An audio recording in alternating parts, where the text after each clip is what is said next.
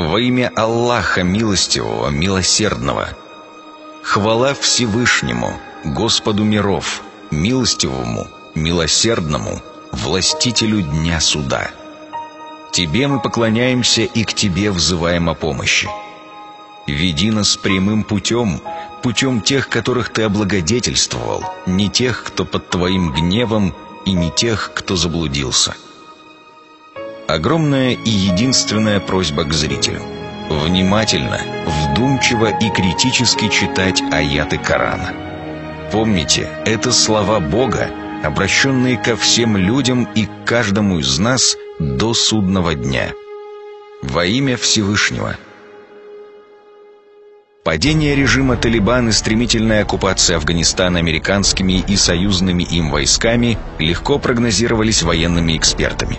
В реальности же кампания против мусульман опередила самые смелые предположения, и ситуация перешла под полный американский контроль в недельные сроки. Была захвачена вся территория Афганистана. Десятки тысяч пленных талибов были уничтожены. Сотни и тысячи мусульманских активистов были распределены по секретным тюрьмам ЦРУ, разбросанным по всему миру. Горная исламская страна, и так пребывавшая в каменном веке, была окончательно отброшена в бездну политического хаоса, экономической разрухи и нищеты, насилия и эпидемий. К слову, можно добавить, что афганский пример далеко не является единственным. Палестина, Босния, Алжир, Судан, Чечня, Ирак, Юго-Восток Азии, Кашмир, Таджикистан, Узбекистан. И это только за последние полвека. Что же происходит? Почему мусульмане, последователи последней и совершенной религии Творца, терпят поражение за поражением вопреки обещаниям самого Бога, ясно утвердившего победу ислама как системы смирения перед ним над всеми остальными системами, религиозными и политическими? Мы и до тебя, Мухаммад, отправляли посланников к их народам. Они приходили к нам с ясными знамениями. Мы воздавали возмездием грешникам, а оказывать помощь верующим — наш долг. Воистину Аллах оберегает тех, кто уверовал. Поистине Аллаху не угоден любой вероломный и неблагодарный. Тем, которые подвергаются нападению, позволено сражаться, защищая себя от насилия. Воистину во власти Аллаха помочь тем, которые беззаконно были изгнаны из своих жилищ только за то, что говорили «Наш Господь – Аллах».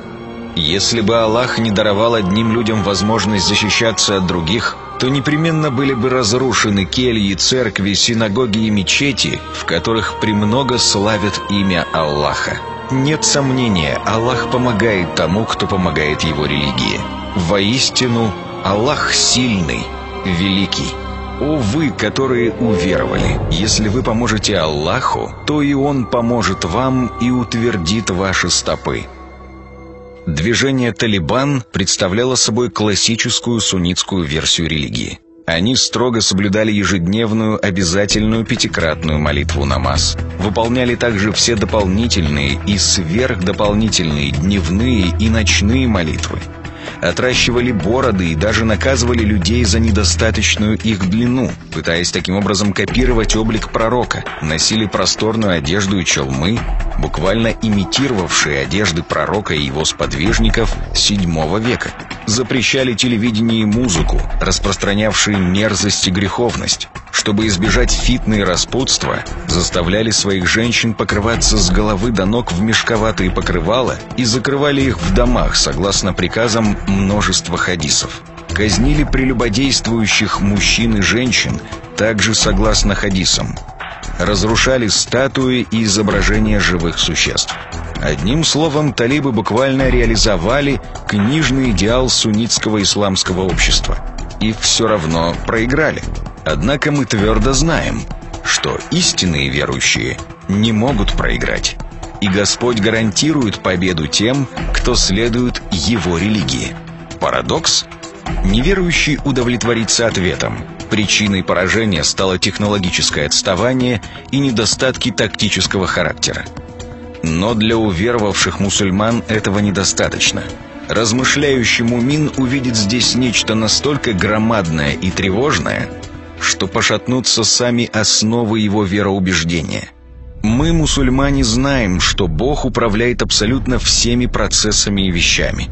Даже листик с дерева не падает без его разрешения, что Богу подчинены видимые и невидимые силы, поддерживающие его верных рабов в час нужды, что ангелы были посланы, чтобы оказать помощь посланнику и его сподвижникам в неравной схватке, что с виду слабая и меньшая группа способна с его позволения превозмочь и победить большую и более сильную партию, что абсолютно все технологии и силы мира — ничто, когда сам Бог принимает сторону своих сражающихся на его пути рабов.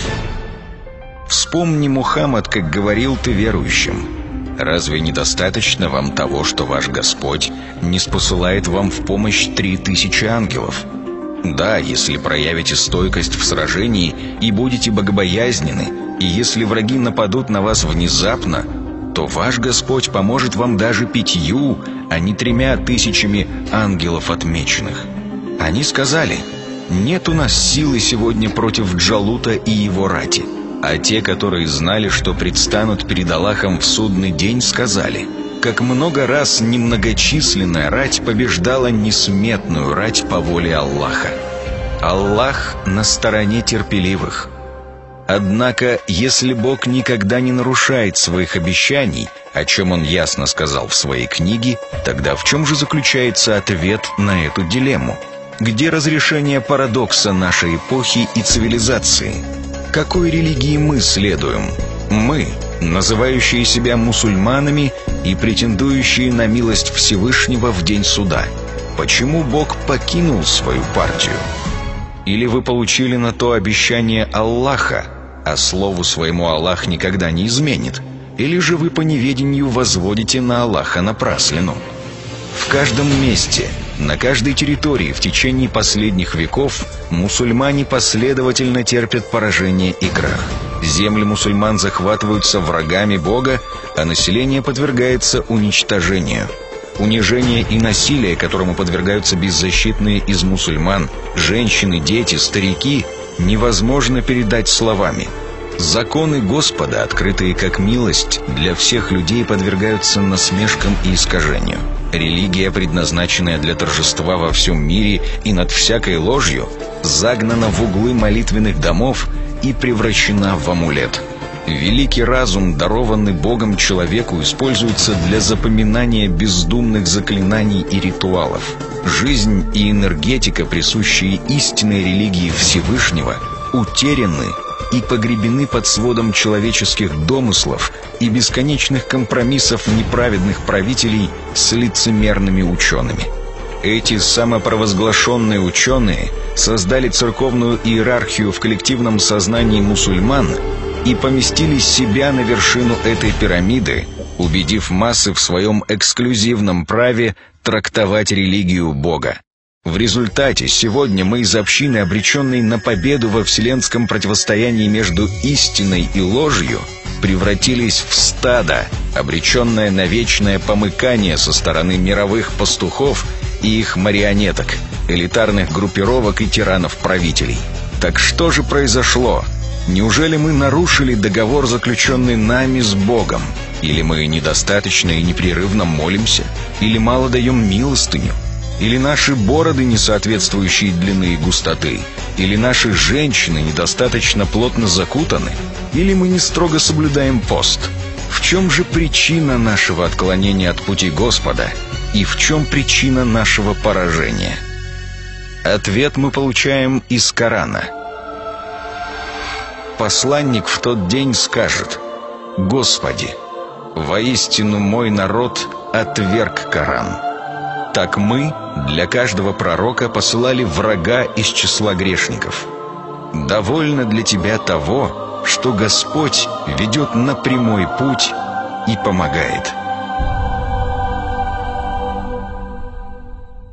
Так почему мусульмане терпят поражение?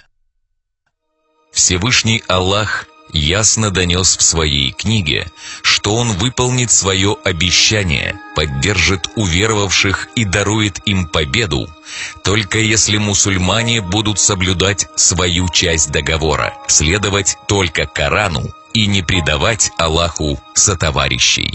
Будьте верны завету, который вы мне дали, и я буду верен завету, данному вам. И только меня страшитесь. Уверуйте в то, что ниспослал я в подтверждение тому, что есть у вас. И не спешите отвергнуть это раньше всех. Не продавайте мои знамения за ничтожную цену.